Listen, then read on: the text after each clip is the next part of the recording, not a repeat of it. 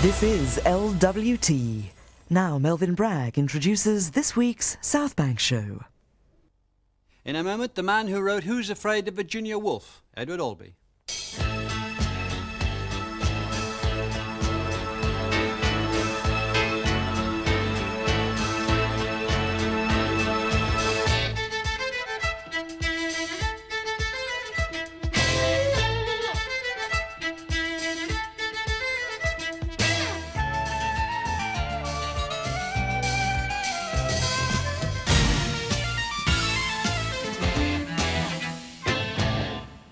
Hello. For more than 30 years, Edward Albee's been considered as one of America's 2 or 3 most important dramatists.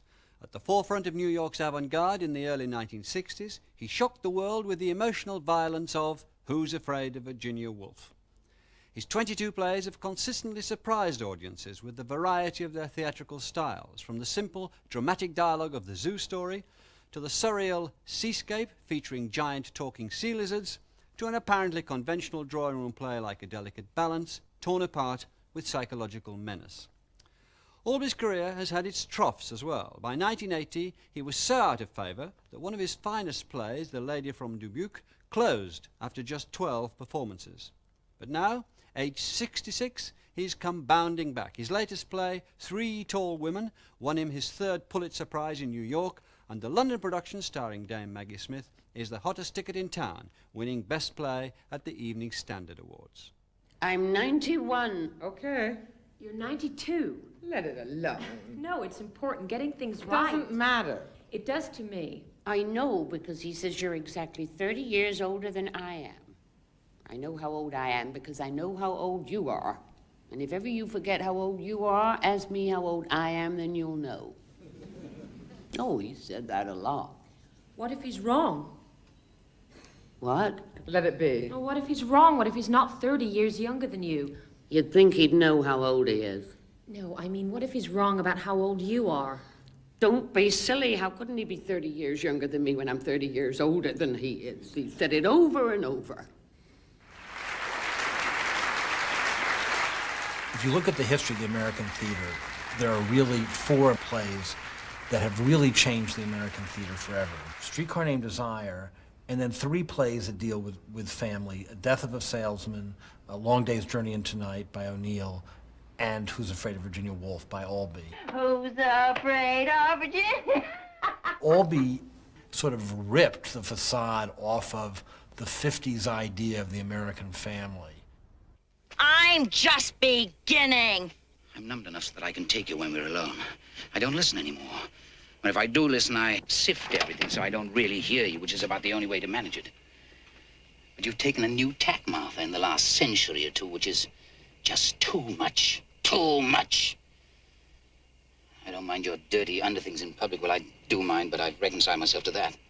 But you move bag and baggage into your own fantasy world. You don't know... What do you have? Nuts! It was a play that had a tremendous impact as a play in your country, in my country, in many other countries, and then a terrific impact again as a film. Why do you think it hit the nerve? Being in the right place at the right time. And what was the right place and what was the right time? This was a period in the early 1960s in the United States during the presidency of John Kennedy, where we were an enormously optimistic society. We thought that we could affect social change. We were paying a great deal more attention for a short period there to the serious arts in the United States. The outsider was in, the Beat Generation had come along. We were examining ourselves, looking at our own consciousness a little bit more carefully and with less fear than we did before and have since. And so Who's Afraid of Virginia Woolf came along during that period, which made it a little easier for it. But there were a lot of other reasons why it became a commercial success that are ironic. It was considered by many critics to be foul-mouthed. One critic said this play should only be seen by dirty-minded women, which added a year to the run in New York. All the dirty-minded women rushed to see it. And that play got half good reviews and half lousy reviews. One of the most important critic in New York said the play has a hole in its head. But we thought we were going to have to close it 3 days after we opened it on Broadway, as a matter of fact. Really? But then some other reviews started coming in, some good ones from more serious critics. And the word of mouth started happening. Who's Afraid of Virginia Woolf takes place over a drunken night of vicious marital warfare. The play was made into a film, starring Richard Burton and Elizabeth Taylor as the childless couple George and Martha, who have invented an imaginary son. This artificial child that they invented one night out of pleasure became so real that it was corrupting their relationship. And on the eve of its 21st birthday, of course, it had to be destroyed, because once something is 21, you can't control it anymore. Now, George didn't consciously know that, but I think he had it in the back of his unconscious mind. You have to leave around noon, I suppose. I will not let you decide these things. Because there are matters of identification, naturally, and arrangements to be made. You can't do this. I won't let you do this. Get your hand off me! I haven't done anything. Now, you listen to me. Our son is dead. Can you get that through your head? Let go of me! Well, listen to me carefully. We got a telegram. There was a car accident, and he's dead. Poof! Just like that. Now, how do you like it? No! All right, go now. She'll be all right. Is that why I originally called it The Exorcism? I imagine so, yes, The Exorcism of the Child. You know, sometimes we get lucky. Who's Afraid of Virginia Woolf is a much better title. Do you know what the original title was of Tennessee Williams' Streetcar Named Desire? No. The Poker Night. Isn't that interesting? Yeah. And Orwell's 1984 was The Last Man in Europe. Was it? Yeah. That's a pretty good title, too. Not as good as 1984. No, well, I don't know. Tennessee had a very, very particular laugh. I shall try to imitate Tennessee Williams' laugh. Hear, hear, hear. That's the way Tennessee laughed. And I knew he was going to come to a preview of Who's Afraid of Virginia Woolf. And so I put in there in the beginning of Act 3, when Martha is doing her drunken wandering around stage all by herself, I had her say, "Up the drain, down the spout, dead, gone, and forgotten," which is a quote from A Streetcar Named Desire. And then I had her say, "The Poker Night." She knew the original title, and Tennessee broke into his great, wonderful laughter when that occurred. Later on, in the third act, when George comes back in and thrusts the flowers, what does he say? Flores. Flores para los muertos, which is also a quote from Streetcar. I put those things in to amuse myself and to amuse Tennessee. Now, I imagine there are going to be some scholars who will find other significance there, but it was just to amuse me. Who's Afraid of Virginia Woolf seems to be about love degenerating through illusion and delusion, but it's also, I would say, your most optimistic play. Sorry. I don't know that it is about love degenerating. Those two people have not stayed together for 25 years in a sadomasochistic relationship. They have stayed together because they love each other deeply in spite of the things that have happened to their relationship. Doesn't that test the word love to breaking? Close to breaking, but why not? No, I do, if they're both enormously intelligent people. Mm-hmm. If there wasn't some deep affection binding them, they're both intelligent enough to walk out of it. Well, there's a sense of dependency in a relationship which can prevent even intelligent people walking away from it, isn't there?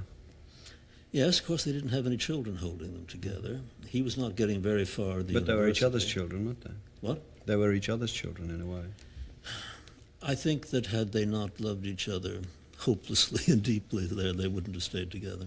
So you see it as, in that sense, still describable as, in one way, it's described in several ways, as a love story. But what about this view I have, which you, about it being, in the end, an optimistic love story? Well, follow it through. These are two people who have made a lot of mistakes in the course of their marriage, and it has gotten into serious trouble. Through a combination of things. The artificial child, George's failure as a professor, Martha's drinking, and infidelities, all sorts of things that a number of fully stable marriages have managed to survive. We're left with these two people absolutely naked, psychologically, stripped away from all of the illusions. They can't kid each other anymore. What's going to happen? They're going to do one of two things.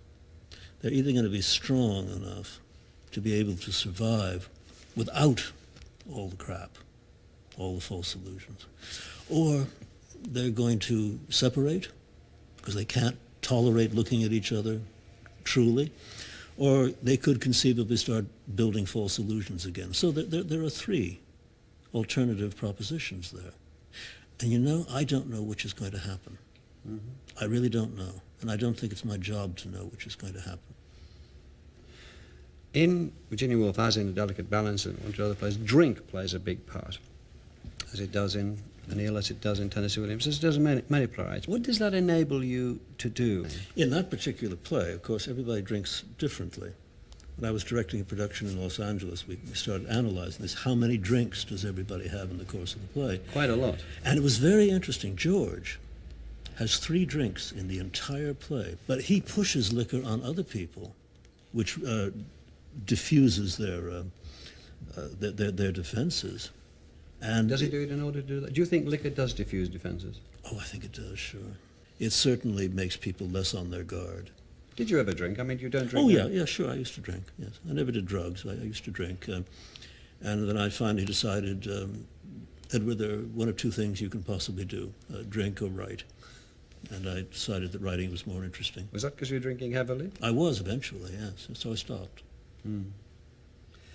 Let's go back to the first play the play that made your name, Bang, The Zoo Story, 1960, about 2 men who meet in Central Park in New York one Sunday afternoon. It ends up with the death of one of the 2 men. In this extract, Peter, a married publisher from New York's affluent Upper East Side, has been confronted by Jerry, an unemployed loner who lives in a rundown bed sit.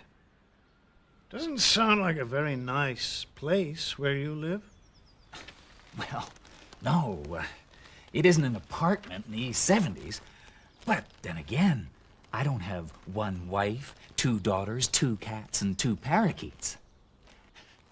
What I do have, I have toilet articles, a few clothes, a hot plate that I'm not supposed to have, a can opener, one that works with a key, you know, a knife, 2 forks and 2 spoons, 1 small, 1 large, 3 plates, a cup, a saucer, a drinking glass, 2 picture frames, both empty, 8 or 9 books, a pack of pornographic playing cards, regular deck, an old Western Union typewriter that prints nothing but capital letters, and a small strongbox without a lock, which has in it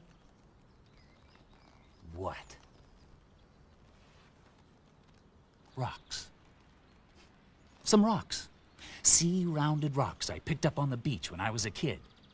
It was about an outsider. It was about a generation of people rebelling against conformity, against their society as it exists.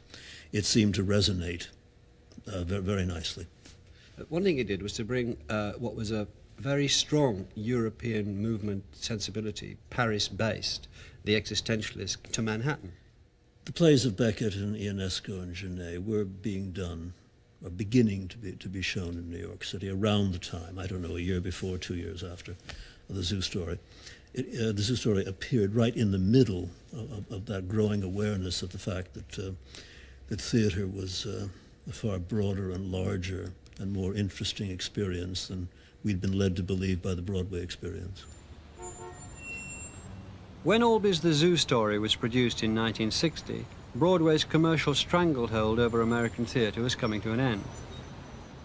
Young American playwrights were writing experimental dramas for small 200-seat theatres in and around Greenwich Village. After an initial production in Berlin, The Zoo Story opened at the Provincetown Playhouse on MacDougal Street, where it rapidly became a symbol of what the off-Broadway movement was about. Albee had arrived in Greenwich Village 12 years earlier in the late 1940s. He worked in a series of odd jobs, including a spell as a telegram delivery boy for Western Union. That is the first building I ever lived in New York City, except when I was an infant. And the white carriage house down there, which we'll talk about, is the last place I lived in Greenwich Village. I was, 20, 21. I'd gotten thrown out of college and disowned by my adoptive family, and Where else does one go? In those days, where else did one go but to Greenwich Village, especially if one was an aspiring writer? The entire arts environment in the United States was down here then. It was just part of breathing. And Franz Klein would be there, and de Kooning, and Pollock, and Motherwell. Auden, W.H. Auden, was very generous with his time, criticizing my poetry, and there were others.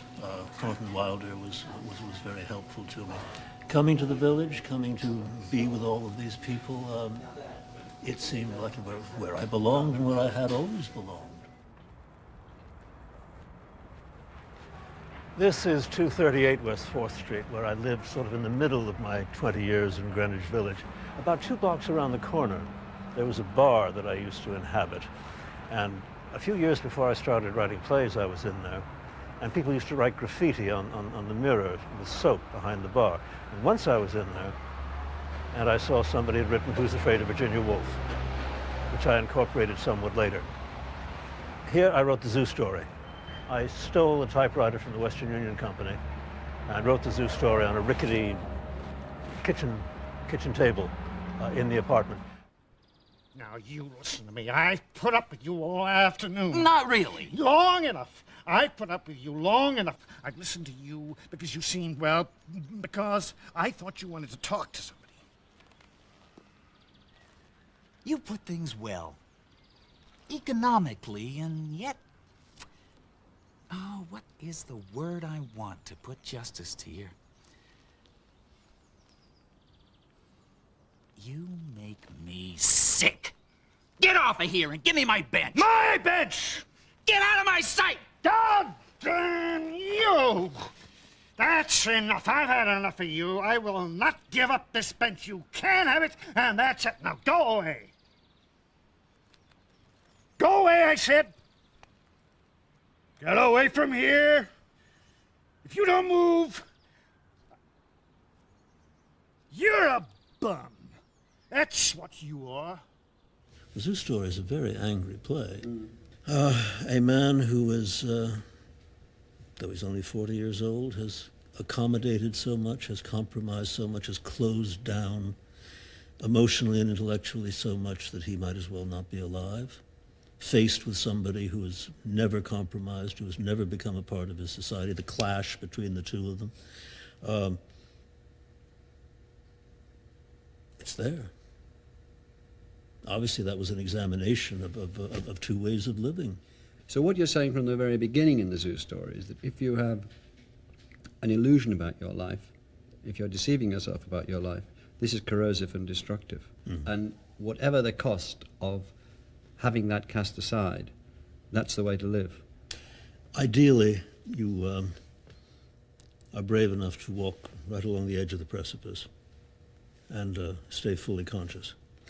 But everybody pulls back a little bit from time to time. But I think you have to know when you're pulling back from full participation in your life, as long as you're aware of your self-deception. You can go ahead and doing it, but you're not going to get away with it to yourself. Another thing that happens in the Zoo Story, and it happens again and again in your plays, is that you have very articulate people who are talking to each other in interesting, subtle, and detailed ways, but very often completely failing to communicate. Yes. Now that again is a mark of your plays. Yes, I guess so. Sure, we can talk around each other. We can talk through each other. We can talk right through somebody's head and assume we're being understood, and the other person assumes they're understanding, and neither has taken place. We all come with our armor, don't we? And our filters. Where do you think that comes from in your writing? I don't know. I don't like to think about my writing very much, where things come from. The American Dream, written in 1960, was an absurd satire on American family values. Here, the character Grandma tells the visiting Mrs. Barker a story which might or might not be her own family history. The woman, who was very much like Mommy, said that she and the man, who was very much like Daddy, had never been blessed with anything very much like a bumble of joy. A what? A bumble. A bumble of joy. Oh, like bundle. Well, yes. Very much like it. Bundle, bumble, who cares? At any rate, the woman, who was very like Mommy, said that they wanted a bumble of their own, but that the man, who was very much like Daddy, couldn't have a bumble. And the man, who was very much like Daddy, said that yes, they wanted a bumble of their own, but that the woman, who was very much like Mommy, couldn't have one. And that now they wanted to buy something very much like a bumble. How engrossing. Yes. And the dear lady, who was very much like you, said something that was very much like, oh, what a shame. But take heart. I think we have just the bumble for you. While there was this revolution happening in the European theater, largely because of Beckett, Ionesco, and then Pinter, Albee really was the first breakthrough American writer to take these theater of the absurd techniques and use them successfully in an American context. And so the American Dream, or the Sandbox, meant to an American audience what an early Pinter play like The Dumbwaiter might have meant to a British audience. Anyway, things started to go badly. Oh, yes, yes. In the first place, it turned out the bumble didn't look like either one of his parents. That was enough of a blow, but things got worse. One night, it cried its heart out, if you can imagine such a thing. Cried its heart out? Well. But that was only the beginning. Then it turned out it had eyes only for its daddy. For its daddy? Mm-hmm. Why, any self-respecting woman would gouge those eyes right out of its head. Well, she did. That's exactly what she did. But then it kept his nose up in the air. Oh, how disgusting. That's what they thought. But then it began to develop an interest in his you-know-what. In its you-know-what? Well, I hope they cut off its hands at the wrists. Well, yes, they did, eventually. But first they cut off its you-know-what. A much better idea. That's what they thought. But after they cut off its you-know-what, it still puts its hands under the covers, looking for its you-know-what. So, finally, they had to cut off its hands at the wrists. Naturally. And it was such a resentful bumble.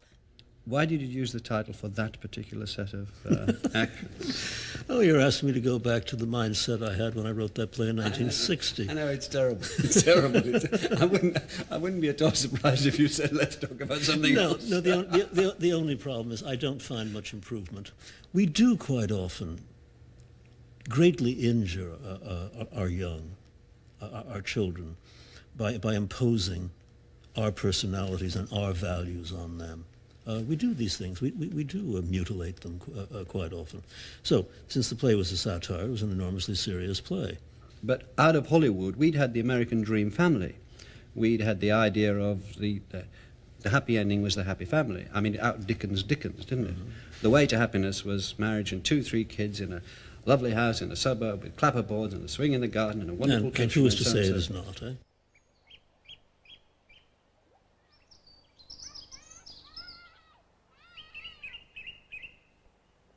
You're a young man knocking around Greenwich Village at the time. Do you look back at it and see it is rather curious that you're writing about this particular cluster of people? No, not a bit. That's the environment I grew up in. I was an orphan. I was adopted into an upper middle class, wealthy American family. Edward Albee was adopted when he was 2 weeks old. The family who adopted him, the Albee family, owned a major chain of vaudeville theatres. And he grew up in this house in the affluent New York suburb of Larchmont. They were profoundly reactionary politically. And I thought that their social values, the kind of conversations they were having, were superficial and empty. I told you, not our type, nothing in common with them. Do you remember when you used to go off to business before you became a squire, parading around in your joggers, confusing the gardener? I have never done any such thing. I knew that I was a writer. I knew that I did not like any of their values. I was going to be a completely different kind of person than they were. I could never fit in. I was not what they had bought, so to speak. And when they thought they were calling my bluff after one night, and I'd been out carousing with my friends and said, you either shape up or get out, I folded my napkin. After finished my coffee, folded my napkin, got from the table, went upstairs, packed a small bag and left, never went back. After this, Albee didn't meet either of his adoptive parents for some 20 years. He didn't return for his father's funeral and only made tentative contact with his mother in the late 1960s when he heard she was living alone after 2 heart attacks. It was in a house similar to the one in which he grew up that Albee set his 1966 play, A Delicate Balance. Why don't you take off your things? Come in. Tobias. It's Harry and Edna. In A Delicate Balance, you have one family with serious problems. Their best friends come to see them, and it turns out that they're coming for refuge, coming even for sanctuary, driven there by some sort of terror that's overcome them, which they can't name. It was all very quiet. We were all alone, and then nothing happened, but nothing at all happened, but We got frightened. we got scared. The fear of not being alive, not living fully, having maybe not lived one's life fully, coming too close to the end of it and having failed. Just a desperate isolation and loneliness. An awareness of mortality, futility. And so you're going back to what we might call primitive, inchoate terrors, aren't you? Which are not supposed to strike people who've lived through a life suppressing, dealing with, selecting better, more positive parts of them. Sometimes they do crack through, don't they? Yes. And that was the terror. That's what drove them to their friends. And then, of course, the resolution of the friends they come to is, can we accept this? Can we live with this? Or do we have to push them out? It is not Edna and Harry who have come to us, dear friends. It is a disease. Oh, for God's sake, Agnes, it is our friends. What am I supposed to do? Say, look, you can't stay here, you two. You've got trouble. You're friends and all, but you come in here clean. Well, I can't do that, no. Agnes, for God's sake, if that is all Harry and Edna have meant to us, then what about us? When we talk to each other, what have we meant? Anything? When we touch, when we promise, or say yes, or please, with ourselves, have we meant yes, but only if? If there's any condition, Agnes, then it's all been empty. Perhaps. But blood binds us. Blood holds us together when we've no more deep affection for ourselves than others. I'm not asking you to choose between your family and our friends. Yes, you are. I am merely saying that there is disease here. Agnes certainly knows, and Tobias finally comes to accept, that they have gotten to that point where they are so rigid that they can't accommodate. They're going to have to push these people out because they won't be able to stand it. They can't afford trying to understand and make that change themselves.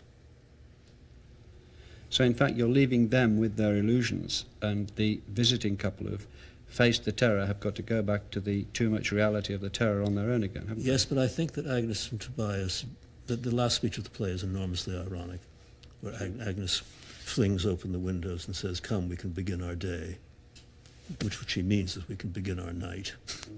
I think they know. Of course they know that the decision they've made is awful, is cruel, is inhuman, but it is the only decision that they can live with. The decision to reject people whose fear and need will crack open the little, however scarred and divided community that they've got for themselves. Agnes says at the breakfast table in Act 3, just make a decision, I'm paraphrasing. Invite the disease in if you think you can cope with it. The disease of full consciousness, of course. Yes. And they can't.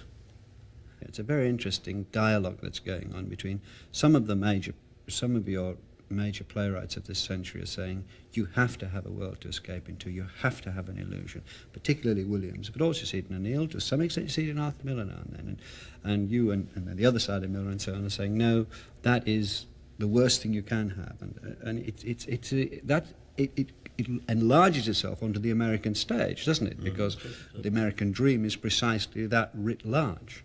I don't mean not only the play, the idea of the American dream. And that's a dialogue on which you've taken, on one side of which you've taken a very firm stand. But I wonder whether Tennessee is that far away. Some of Tennessee's characters are destroyed because they will not conform. They're forced into insane asylums. They're forced into suicide because they are not living the way they're supposed to. So, yeah, but Williams is often saying that the illusion gives you a certain contentment and happiness which, stripped of which, you've had it. It seems to me you're saying the illusion is giving you nothing in the end, stripped of which you might have something. There's a difference between the illusions about the way reality is and the past has been, and the illusions with which you live your life. In a lot of Tennessee's plays, take Streetcar, for example, Blanche's illusions are totally false memory, clinging on to something that never was. That's different. It's a slight different matter. His characters, when they are filled with illusion, it's false illusion, a different kind of false illusion. It's falsity. It's falsity, but on the other hand, Blanche has a life in that falsity. When the illusion is ripped away, she has no life. It seems to me the difference is that you're saying, in many of your plays, that there is no life in the illusion. Ripped of the illusion, there is a life. And I do see a difference. Maybe I'm pressing it too hard. It is. It's an enormously subtle one, and I'm sure you do see it. But your major point is correct. Yes, I seem to be harping than a good deal more of my fellow playwrights do on the removal of illusion.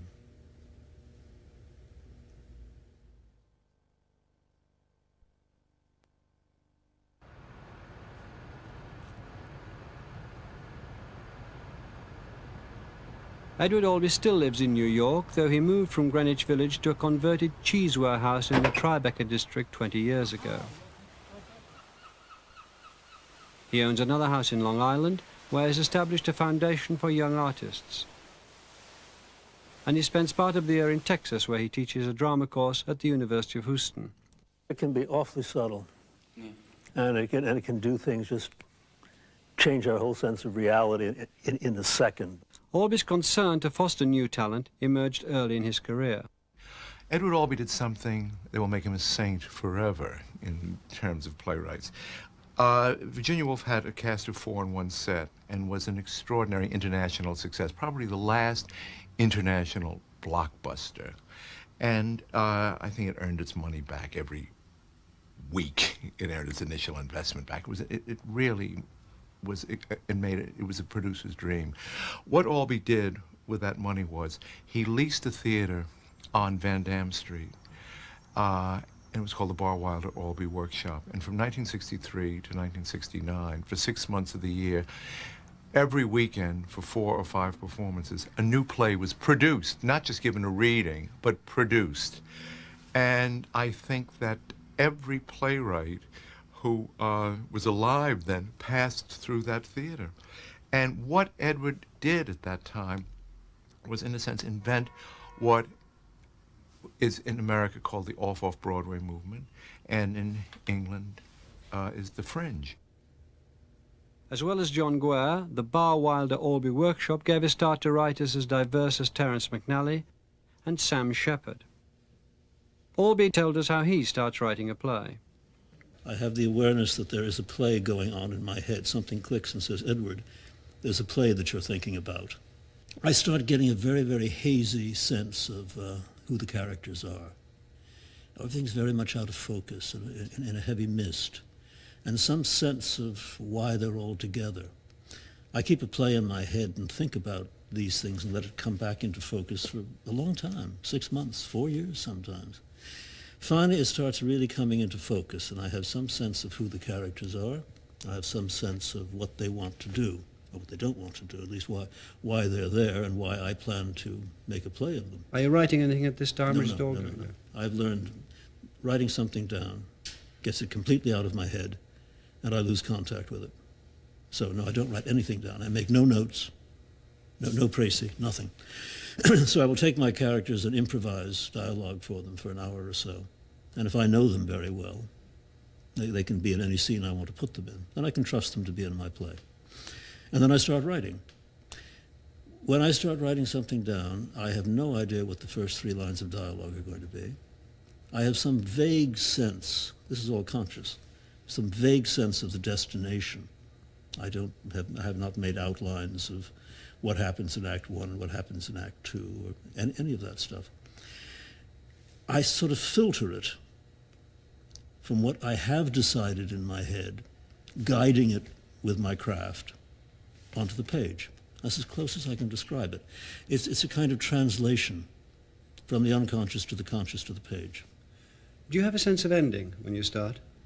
I have a vague sense, yes, of where everything is going.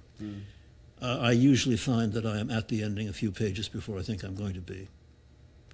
But no, otherwise writing would just be typing, and that's fairly boring.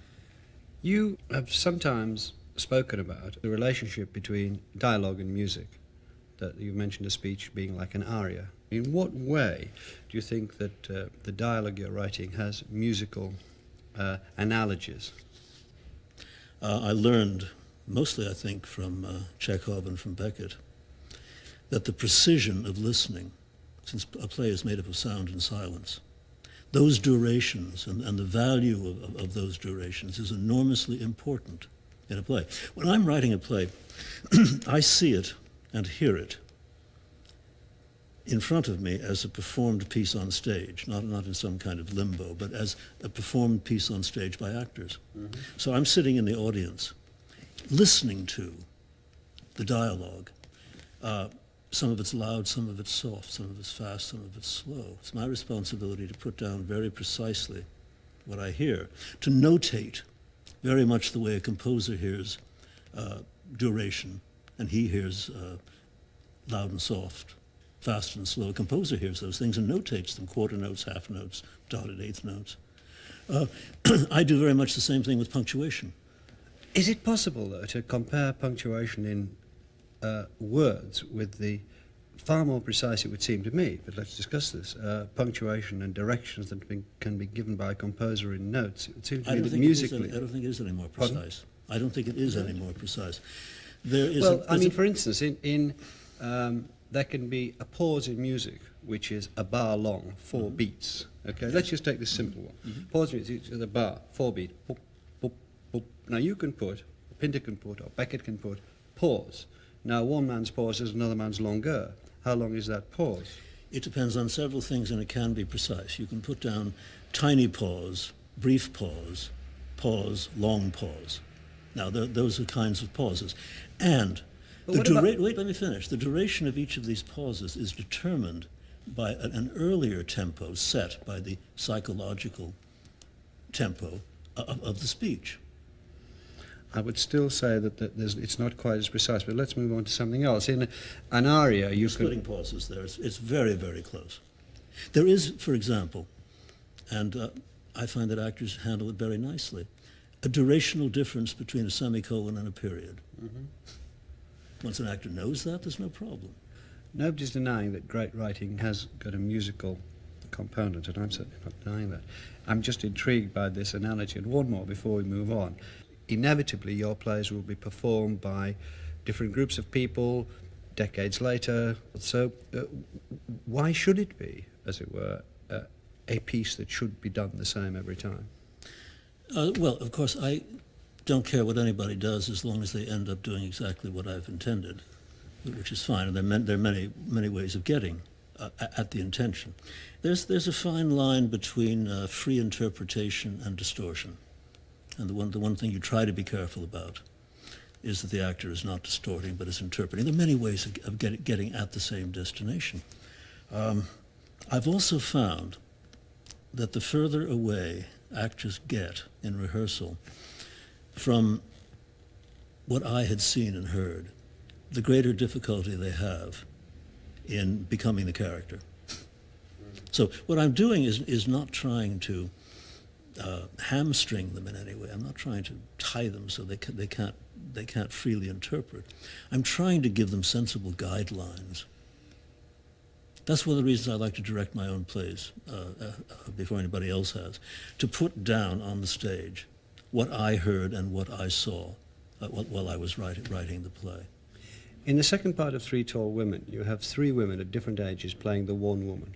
You have a woman in, let's say, like 20s, a woman in around 50s, and the 90-year-old woman.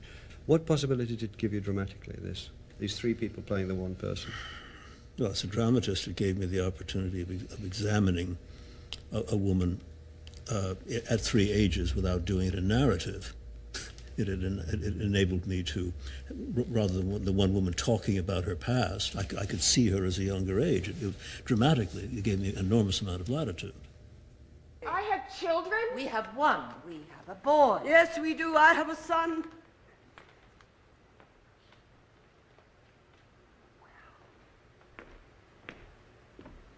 Fancy seeing you again. While the old woman lies comatose in bed, the three characters are invisible to the silent son who comes to visit her. Get out of my house!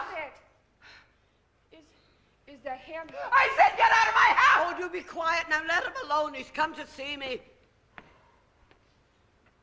That's it. Do your duty. My goodness. How nice. How handsome. How very. You wouldn't say that if you knew. Oh, shucks. She wouldn't. Oh. Filthy little. Oh, shucks. I don't want to think about that. He came back. He never loved me. He never loved us. He came back. Let him alone. He's so young. Yes. This is how he looked when he went away. He took his life. One bag went off. No. You wore that coat the day you left. I thought I told you to get a haircut. Yes, he did. He wore that coat. I'm leaving, he said. Took one bag. And his life. He went away from me? Why? Maybe you changed. They say you changed. I hadn't noticed. He comes back. He comes back to me. I let him. Sure, we have a heart attack and they tell him. He comes back. 20+ years, it's a long enough sulk. On both sides. He didn't come back when his father died. Of course not. Throughout your plays, children occur a lot of times, particularly different sorts of sons. Why do you think you keep coming back to this son who is, in whatever form, invented, dead, mutilated, or silent? I dare say all this must stem, though it leads to an area that I think is footless to talk about with a writer. It obviously all stems back to some great injury to me, being abandoned by my natural parents and feeling isolated and alone in my adoptive family. It all probably stems from that. I imagine so. But when you were a boy, a child, did you feel what you've just said, or is this retrospective? Oh, I suppose, though I wasn't aware of it at the time, I must have felt an enormous loss of not knowing my natural parents. I must have. Did you ever try to get to know them? I suppose I didn't care ultimately. I used to care a great deal until I figured out who I was. And when I started writing plays, I knew who I was. I had my own identity and became the first of my line, so to speak. And I didn't care as much. Doctors say to me from time to time, as I get older, well, does this run in your family? And this reminds me, maybe I should find out the medical records of my natural parents. What good it will do, I don't know. But maybe I have a sort of feeling there, well, they didn't want to be with me, why should I care about them? I don't know. It isn't a matter of great importance to me. But why are you so dismissive of, you're saying, these footling questions about the connection between my adoptive childhood and the mutilated son, the invented son, the killed son, the abjured son, and so on. Why are you so dismissive of that connection? Because I don't think that a play or any act of literature should depend for its effectiveness on the life of the author. It's got to exist on its own, by itself. And all those ribbons attached to it, this relates to the author's childhood, or this is a portrait of that, gets in the way. And in Three Tall Women, one of the characters on the stage is 91, 92. Her life as described, and the life as described with her husband, who is not in the play, would seem to be very like the adoptive parents you had. So let's just continue in this, then get it out of the way, talk about something else. What relationship does that have on stage to what you personally experienced? What I found interesting when I was writing that particular play, though I did base it a great deal on my adoptive mother and my adoptive father, and a number of things that happened to me before I walked out of that relationship when I was 18, of course. But I did find that while I was basing the characters and many of the events on fact, I was at the same time creating the characters, inventing them afresh. I had to do that to give me the objectivity, the necessary objective removal, so that I could write about them without bringing my own emotional responses into it, because that would have discolored what I was trying to write. I was trying to be Isherwood's camera, I suspect, and let these people be seen as they were without my prejudicial response to them. When did you get back in touch with them? My adoptive father died about 12 years after I left. I heard about that. I was down in Argentina with a production of the Zoo Story.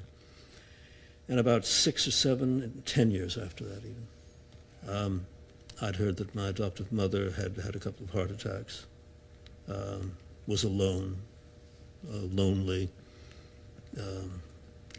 and would I not make an attempt? And it took, I would say, 10 years of cautious circling each other to even come to a time when we could be decent with each other. We were deeply suspicious and mistrustful of each other. To the end? Right to the end. No, she never forgave me a number of things. She never forgave me for taking off. Never forgave me for any of that. I don't think she liked the fact that I was gay either, but she wouldn't discuss it.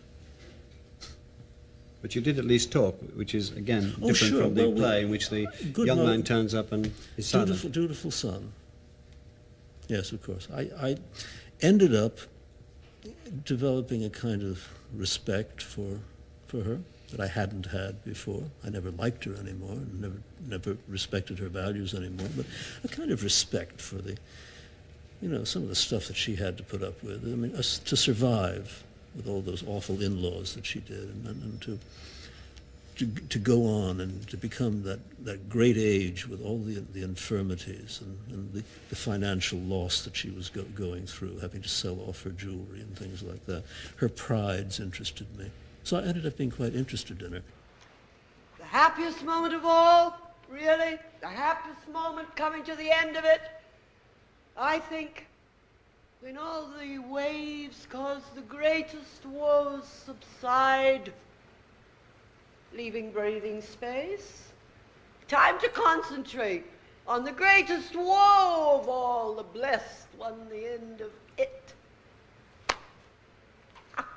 Going through the whole thing, coming out, not out beyond it, of course, sort of to one side, none of that further shore nonsense. But to the point where you can think about yourself in the third person without being crazy. He said, when I write a play, I'm interested in changing the way people look at themselves and the way they look at life. Yes, that's after the fact, of course. Sure. Not during. I write a play because there's a play in my head and I want to get it out. So why are you interested in changing the way people look at themselves? Because I don't think that we live in a utopian society. And I think people should be paying, with my usual humility, I think people should be paying a great deal more attention to what I think is wrong with them and the way they live. And so the way I can accomplish this is writing plays, holding a mirror up to people, saying, look, this is who you are, this is the way you behave. If you don't like it, why don't you change? Yes. I mean, all art... That's almost a political agenda, isn't it, in a way? Sure it is. It's a socio-political, philosophical, whatever you want, agenda, sure. What drives you to want to do that? Again, you've said, I'm concerned with being as self-aware as we possibly can be and staying as alert and involved as we possibly can be. Being awake, self-aware, and open to all kinds of experience on its own terms. I think this stems from my great awareness of how extraordinary, wonderful being alive is, no matter how terrible it can be. What an extraordinary experience. I dislike the concept of dying very much, because one won't be around anymore. Being alive is an extraordinary experience, no matter how painful it can be from time to time. And I think the people who waste consciousness by not participating in it fully and hiding from it, are wasting one of the most valuable thing you can possibly have. There are two or three times, at least in Three Tall Women, where the phrase, maybe I paraphrase, "death is the happiest moment," occurs. This is in the end of the play, where the three women, the 26-year-old, the 52-year-old, and the 92-year-old, are speculating on when the happiest time is. The 26-year-old says, the happiest time must be in the future. I can't, at 26, have had my happiest moments yet. The future must always hold the greatest happiness, all in the future. 52-year-old says, now is the happiest moment. Forget regret about the past, forget worrying about the future. Not hedonism, but live fully and completely in the moment. Where you are now has to be the happiest time. It may get worse later, but now is pretty happy. The old woman, who has been through it all, says she thinks that coming to the end of it is the best. She has lived so long, seen so much happen to her, that stopping, coming to the end of it, dying, is the best part of the whole thing. These are three different opinions, are they not?